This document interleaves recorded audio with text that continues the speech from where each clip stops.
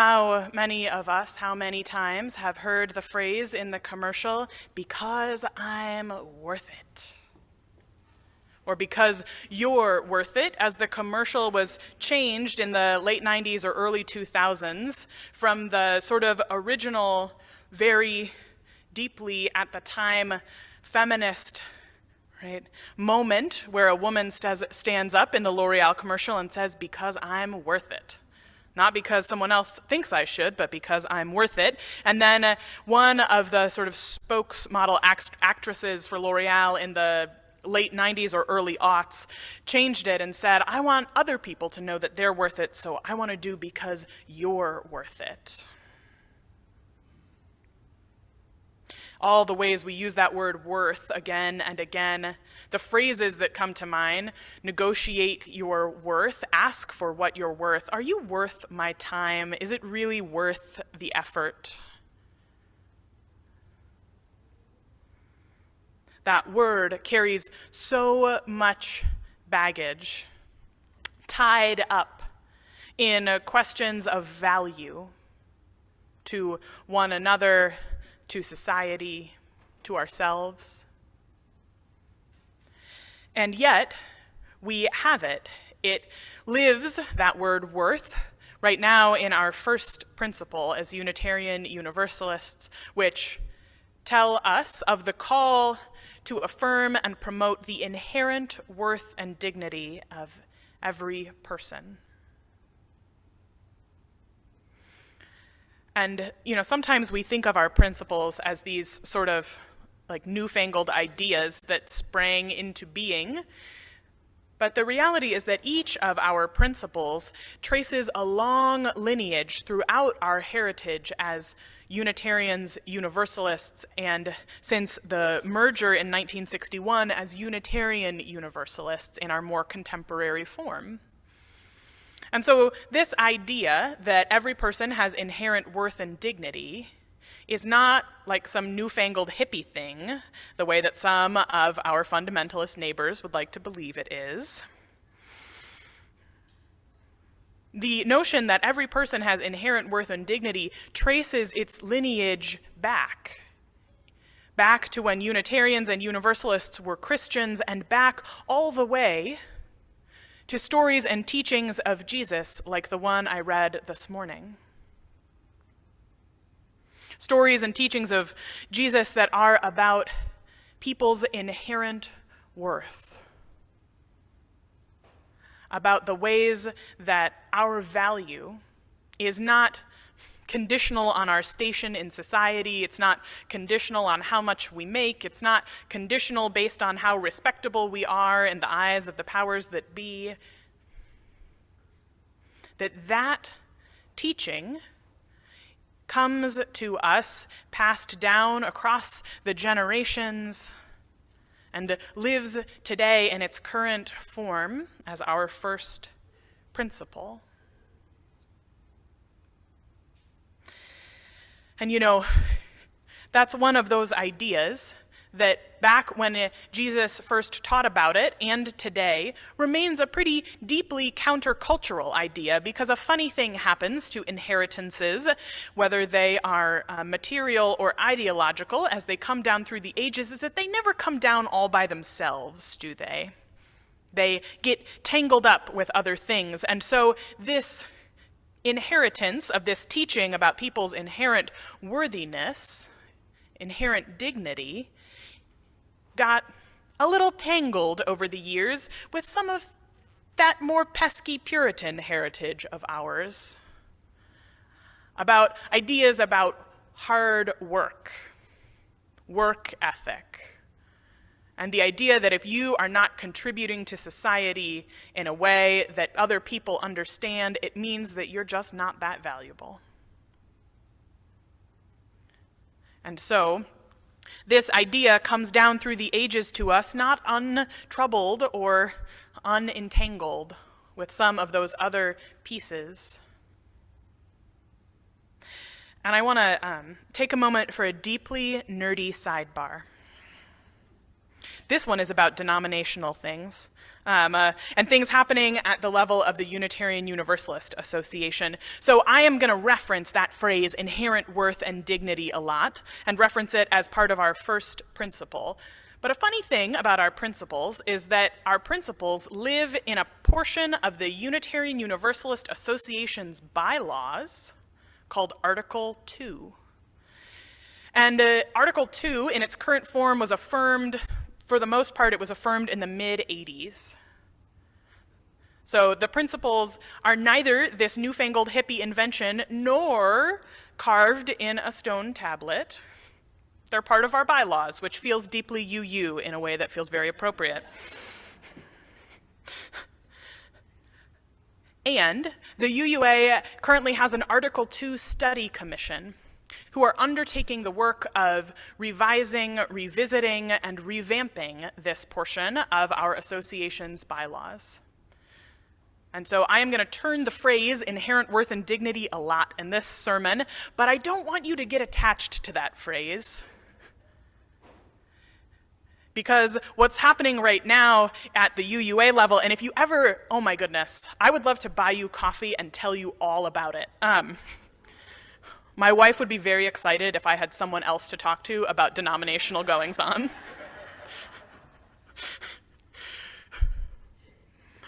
And so we are embarking at the UUA level on this journey where we might not have those 4 or 5 words in that exact order in a year or two.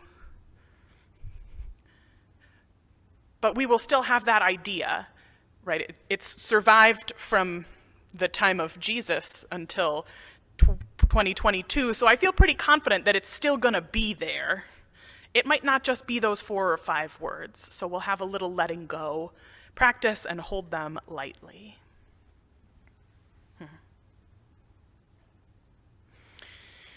And my experience of us as Unitarian Universalists, and not us like you all, just this congregation, but more broadly as a denomination, my experience of us as Unitarian Universalists is that we're really comfortable with the part of the first principle that we feel calls us to treat people fairly.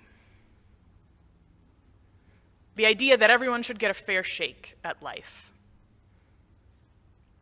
That feels good to us, and that feels easy. The idea that everyone should get a fair shake. Nothing to disagree with there.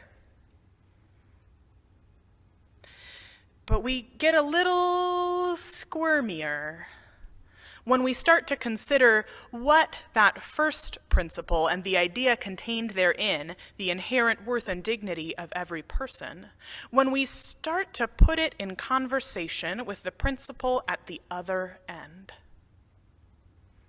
The interdependent web of all existence, of which we are a part.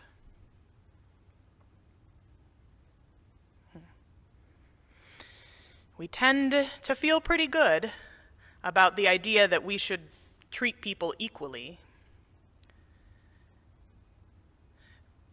But that's not the fullness of that idea of inherent worth and dignity.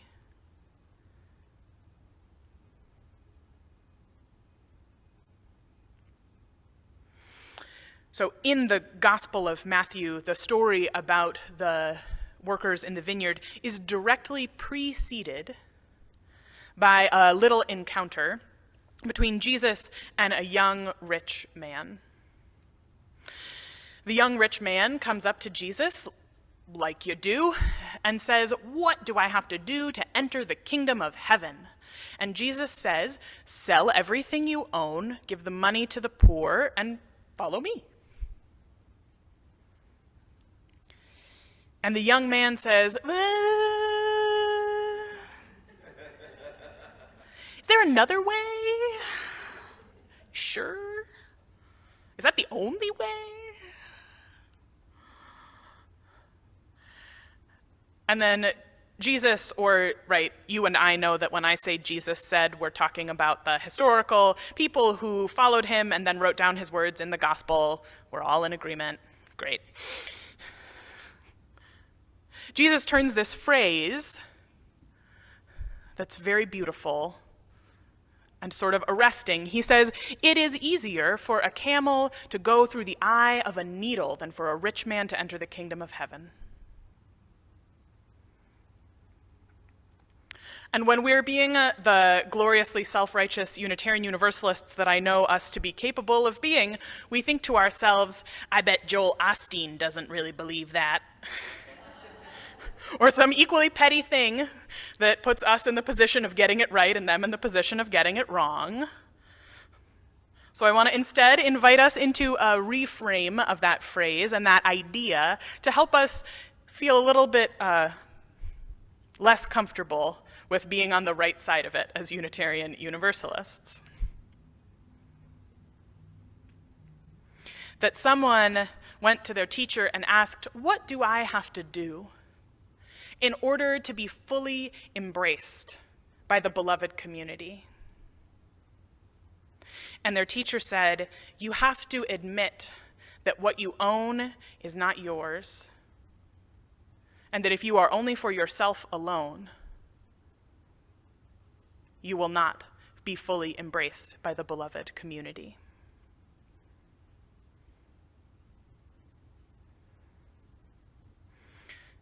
And so, when I ponder what the inherent worth and dignity of every person really means for us, as contemporary Unitarian Universalists, I think deeply about the question of what it might mean to acknowledge our deep dependence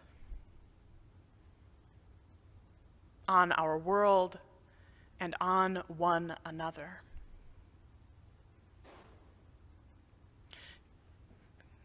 Right?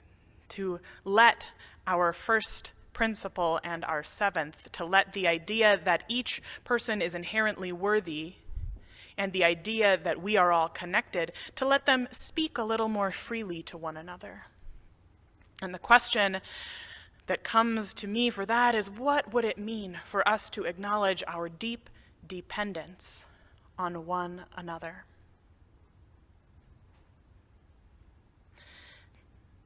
And I've been turning over in my mind a lot recently a conversation I had with someone, one of you, who came to me and in thinking about the end of their life, said, "I don't want to be a burden." And if you think that I'm spilling the beans on the conversation you and I had, you underestimate how many of you I have had that conversation with, and how many of my congregants in previous ministries I've had that conversation with.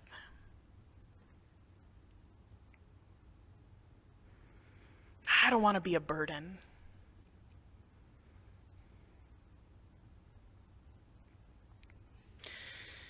And whether it's about the end of life or a more temporary state of feeling less able to function as independently as we might like to think we ought to, how many of us have thought to ourselves, I don't want to be a burden?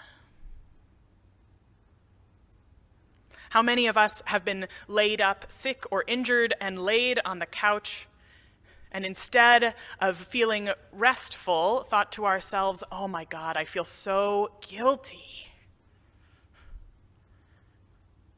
I have. Laid there and berated myself for needing to rest. Thought, I don't want to be a burden.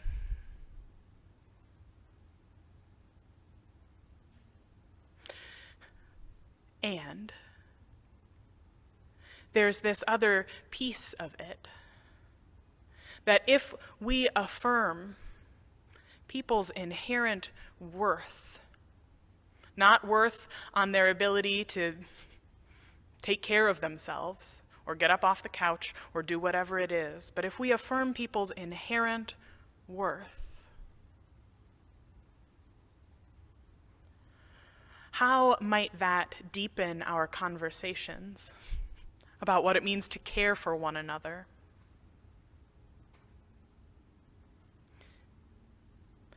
And in some ways, the harder bit right? What if we acknowledged our own inherent worth in the conversation about what it means to be cared for?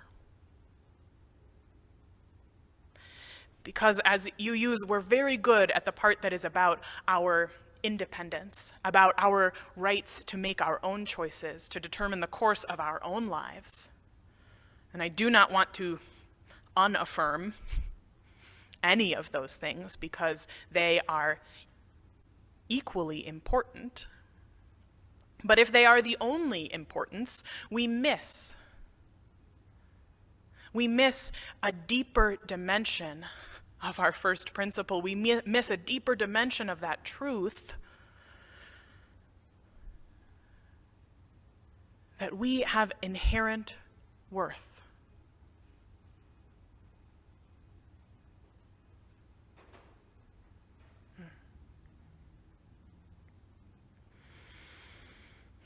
What might it feel like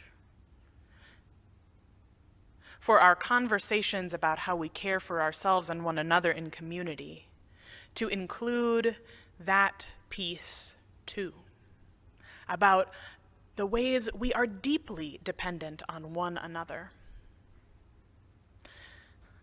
And goodness knows, we love to be independent. We are like, right, the jokes write themselves about Unitarian Universalists. You know, put 10 Unitarian Universalists in a room, get 11 ideas about God. Like, how many UUs does it take to screw in a light bulb? 1 to actually do it, and a committee of 10 to tell them all the ways they could have done it. Right? We are a fiercely independent-minded people, and we should be.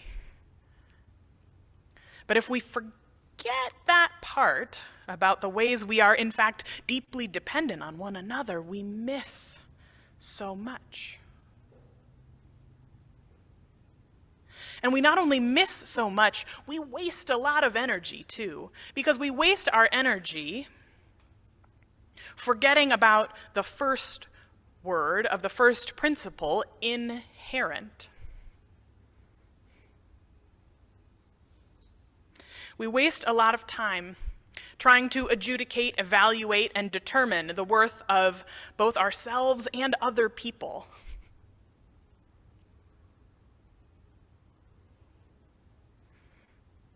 Right? How many of us have spun our wheels trying to determine if we were valuable enough? If you're human, you probably have. And how many of us have spun our wheels trying to determine someone else's moral credit score, trying to decide if they were worth helping, if they were worth caring for?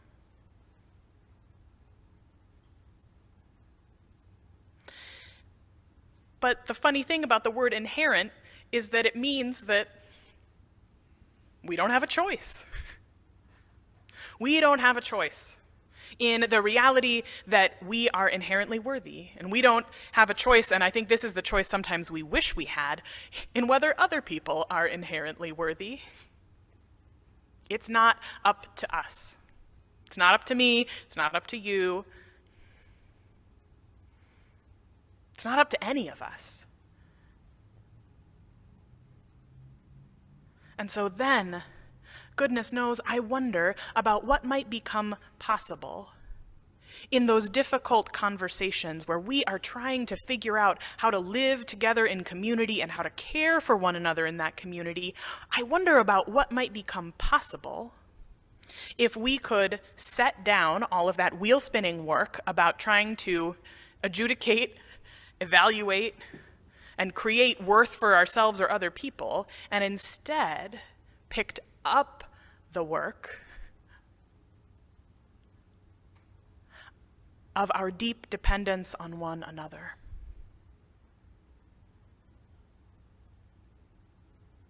What might become possible if you could release all that worry and instead pick up the truth that none of us is an island. No matter how alone we feel or how fiercely independent we believe ourselves to be, none of us got here on our own. Any of your parents will tell you that. Right? None of us got here entirely of our own volition. And we remain here not because of our fierce, independent will alone, but because we want to be in a community where we acknowledge that we need one another deeply. What might become possible if you could rest secure in the truth that you are inherently worthy, and that nothing you did or didn't do, or might not do, or are going to do or not do, none of that changes that fact, changes that truth? What might become possible? So, my invitation to you today is simply to ask yourself, and maybe answer yourself, but not with any degree of certainty that would make the rest of us uncomfortable. What might become possible if I set down the need to evaluate my own worth and the worth of others, and instead do what we are called to do, which is to affirm that worth? Not because we created it or destroyed it, but because we know it exists and we want to build a world that reflects that. What might become possible? May those possibilities become so. Amen.